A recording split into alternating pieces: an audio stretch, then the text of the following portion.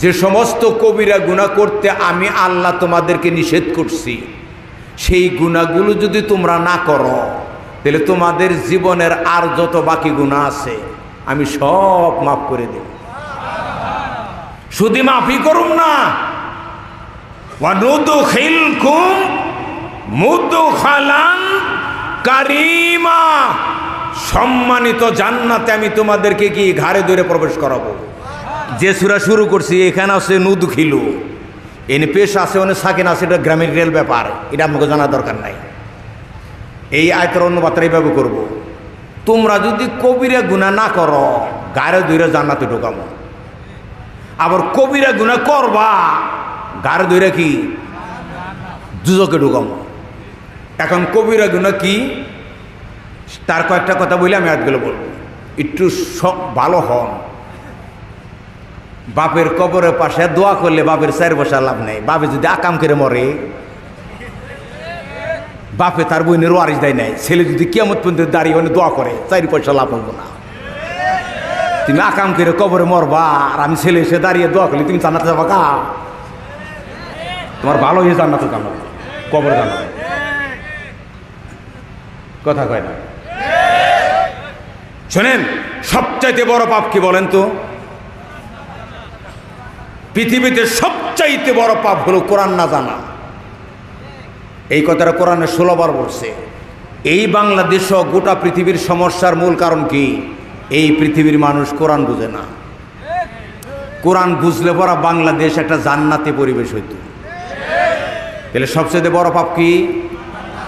কোরআন না জানা। কোরআন জানতে হবে, জানাতে হবে, শিখতে হবে, শিখাতে হবে, বুঝতে হবে, বুঝাতে হবে। এই কাজটাই কর্তৃপক্ষ করতেছে, আপনারাও জানার জন্য আসছেন। এই পরের পাপটা কি? এটার পরে আল্লাহর আইন বাদ দিয়ে মানুষের আইন মানা, এটা কবিরা গুনাহ। তারপরের পাপ কি? রাসূলের মতো মহান ব্যক্তির নেতা নামাই নেয়, কারো বাপ কারো স্বামীর নেতা মানা। তারপরের পাপ কি? পরকালে আল্লাহর কাছে হিসাব দিতে হবে, এই কথা তুড়ি মেরে উড়িয়ে দিয়ে লুটপাট করা। তারপরের পাপ কি? কবিরা গুনাহ, পিতামাতাকে কষ্ট দেওয়া। পিতামাতাকে কষ্ট দিয়ে আদমের কোনো সন্তান আল্লাহর কাছে ক্ষমার যোগ্য হবে না। কোরআনে বহুবার এই কথা বলছে, কিন্তু আজকে বাপেরে বাপ না ডাকে পীরের আব্বা ডাকে। তে আল্লাহ তোমারে না গুতাইলে গুতাবো কারে?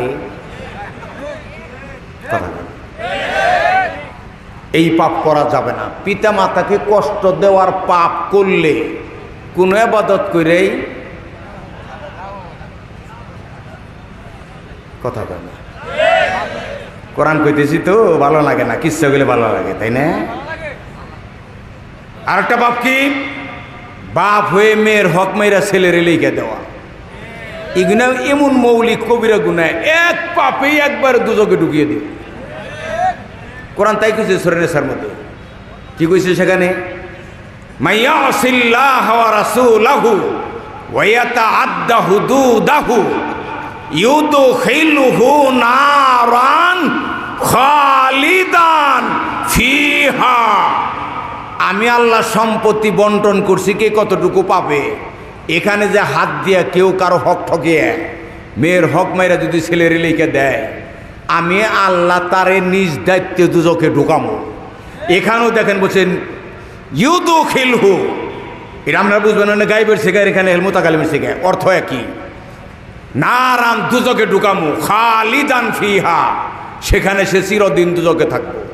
তাতে মেয়ের যদি খালি 500 জায়গা মারি দেন, আপনাকে দুজকে যাওয়ার জন্য যথেষ্ট। দাড়ি টুপি জুববেন নিয়ে আপনাকে দুজকে যাওয়া লাগবে।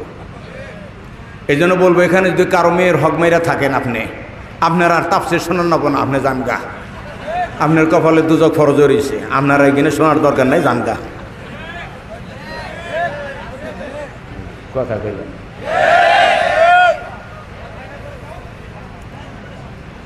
এখানে মৌলিক পাপ। কবিরা গুনাহর একটা সংজ্ঞা দিয়ে দেই।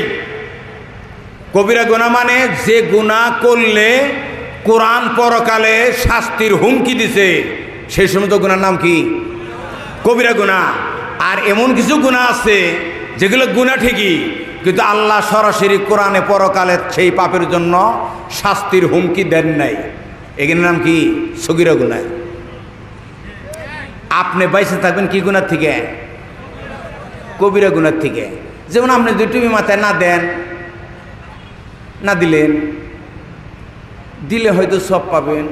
জুব্বা গায়ে দিলেন, ভালোই হইল, না দিলে কিছু আসে যায় না।